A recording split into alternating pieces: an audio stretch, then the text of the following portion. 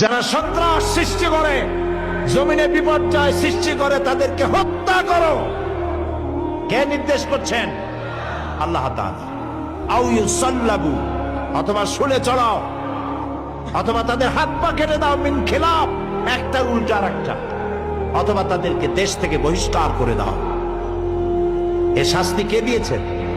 আল্লাহ তাআলা। এটা হলো দুনিয়ার শাস্তি, আর কিয়ামতের শাস্তি তো রয়েছেই। সুতরাং আজকে দেশে যে মানুষ হত্যা করা হচ্ছে, বোমা মারা হচ্ছে, কি মারাত্মক কথা। জজ হত্যা করা হচ্ছে, বিচারক হত্যা করা হচ্ছে।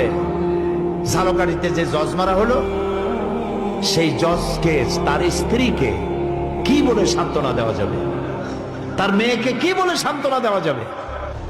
চট্টগ্রামে দায়িত্ব পালনরত অবস্থায় পুলিশ মারা গেল। পত্রিকায় দেখলাম সহকর্মী পুলিশ মারা গেছে, তার গোস্ত ছিন্ন ভিন্ন হয়ে গেছে।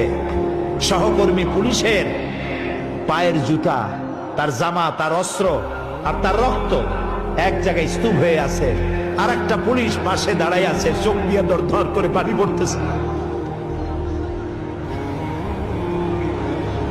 এই পুলিশের ছোট্ট সন্তান কাঁদতেছে আর বলতেছে, আমার আব্বা কি অপরাধ করছে।